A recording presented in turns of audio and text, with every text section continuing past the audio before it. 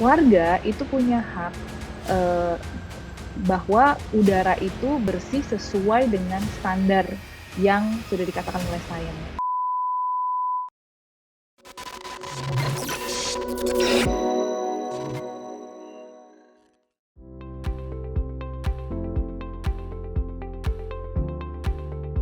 Nama saya Adityani Putri, saya founder dan eksekutif director dari Yayasan Indonesia Cerah.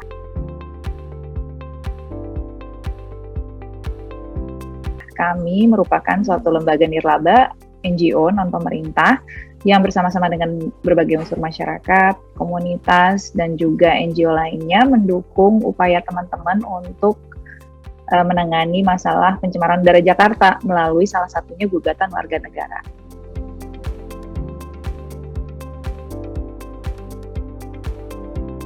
Gugatan warga negara mengenai pencemaran udara Jakarta itu pertama kali didaftarkan di bulan Juli tahun 2018. Didaftarkan oleh 32 penggugat, semuanya merupakan anggota masyarakat.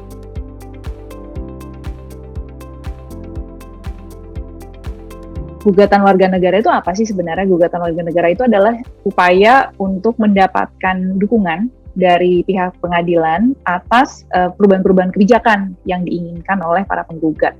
Jadi ini bukan sifatnya meminta ganti rugi, ini bukan sifatnya pidana ataupun perdata, ini merupakan kategori khusus di mana ini ada warga-warga ini resah soal masalah pencemaran udara. Terus kemudian ada perubahan-perubahan yang kita inginkan gitu. Nah, kemudian sama-sama mengajukan ke pengadilan karena semua upaya untuk meminta pemerintah untuk mengubah kebijakan itu sudah dilakukan dan tidak mendapatkan respon yang diinginkan gitu. Jadi pengadilan melakukan pemeriksaan terhadap bukti-bukti. Salah satunya adalah melihat bukti ilmiah, salah lainnya adalah memanggil saksi ahli maupun saksi dari masyarakat untuk testimoni dan sebagainya. Intinya nanti kita berharap pengadilan itu akan memutuskan apakah concern kita itu valid apa enggak dan apakah rekomendasi yang kita minta, perubahan-perubahan yang kita minta, itu tuh sesuatu yang dapat di-endorse atau enggak oleh para hakim ini.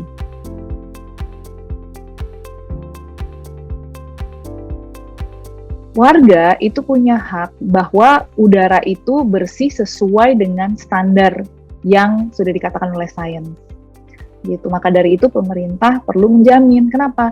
Karena udara itu kan bukan sesuatu yang bisa kita bersihkan sendiri ya. Kita nggak bisa misalnya kita coupling udaranya, terus kemudian kita alirkan ke air purifier, terus dia bersih untuk konsumsi kita sendiri. Yang nggak bisa, begitu kita buka pintu, udara bersih yang udah lewat air purifier kita di dalam itu keluar, udara kotornya masuk. Jadi itu harus diatur oleh pemerintah, karena itu apa yang kita sebut public goods ya.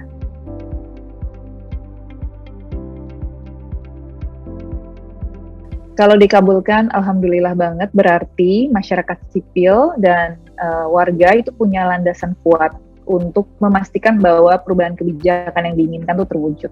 Dengan adanya putusan ini tuh kita bisa jadi punya kekuatan lebih untuk mendorong. Ayo dong, wujudkan segera, ayo dong ini. Bahkan kalau misalnya bisa ada timeline yang attach ke putusan itu tuh akan lebih baik lagi gitu. Ada konsekuensinya nggak kalau itu nggak dilakukan?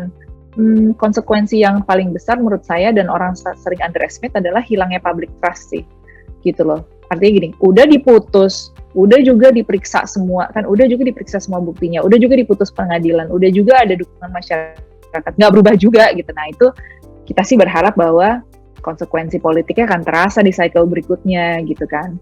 Nah soal kalau misalnya ditolak, what are we gonna do about it? Well, kalau ditolak, kita nggak boleh putus asa ya, kita harus exhaust option-option lainnya, termasuk juga option legalnya gitu ya, berarti kita banding.